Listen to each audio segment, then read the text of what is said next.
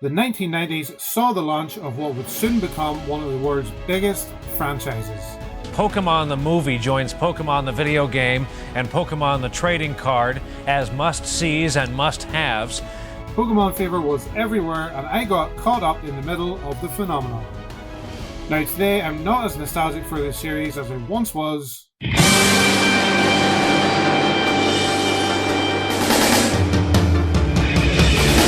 I wanna be the very best, like no one ever was. Well, maybe I'm stuck in this craze a little bit, but surprisingly this game that we're talking about today is one that I missed at the time of release. I was too busy playing multiplayer battles in other N64 games at the time to give this a try. But when the release of the sequel was announced, I knew I had to grab this and see if it's still worth playing. So sit back and relax as we take a trip down nostalgia lane.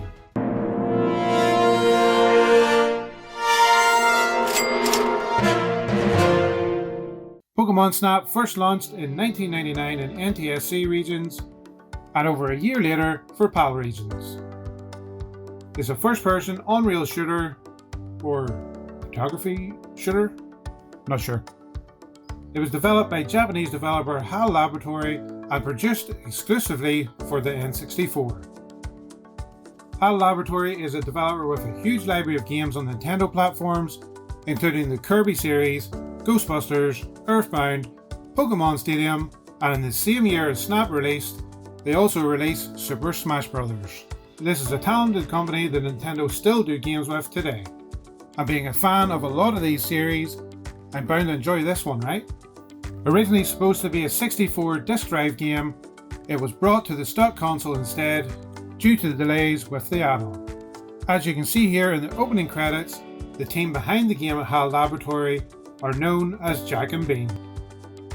A name that was derived when they first started work on a Jack and the Beanstalk game, a game that would eventually become this one, Pokémon Snap. In this game you take control of Todd Snap, a Pokémon photographer trying to capture the spirit of Pokémon in their natural habitat. Snapping pictures as you'll go, you'll have to pick the best of the bunch at the end of each level for Professor Oak to judge and give you a score on. Your score can vary greatly depending on the poses of the Pokémon, how well they are represented in frame, and if they're middle of movement. The first section of the game takes place at the beach, where you'll first learn to take the pictures of the Pokémon and encounter them for the first time.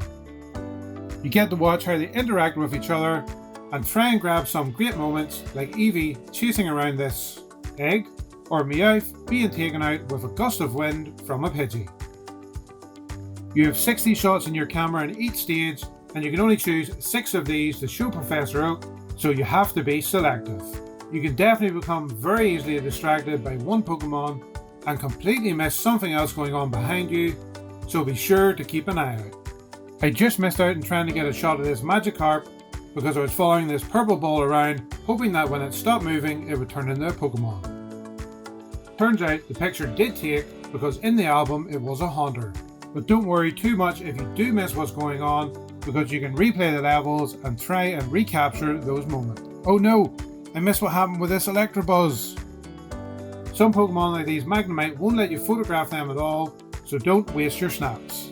Wait, what happens if I throw this apple at them? Along the way you'll be given some items to help get you the best pictures possible. You throw the apple to help the Pokemon focus on it and try and capture a good picture.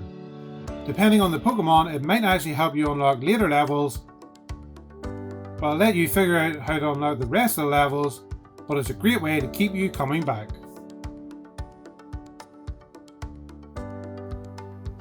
While not as graphically impressive today as it would have been at the time of release, it is no doubt still worth a play for any Pokemon fan. It's great fun to go back to earlier levels when you have a new item to see what it adds to the scene, or to see what new Pokemon you can discover because of it. With 60 Pokemon in total to snap throughout your playthrough, you'll no doubt be spending hours just admiring the view.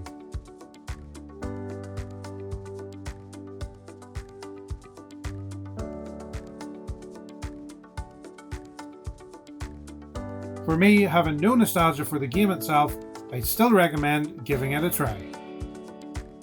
While it is just going around taking pictures of Pokemon, there's still definitely some fun to be had. Hope you enjoyed this video. Let me know your thoughts on this game in the comment section below, and let me know if you're picking up the sequel as well. And as always, happy gaming. Just how long will this fad last? Retailers hope well into the holiday shopping season.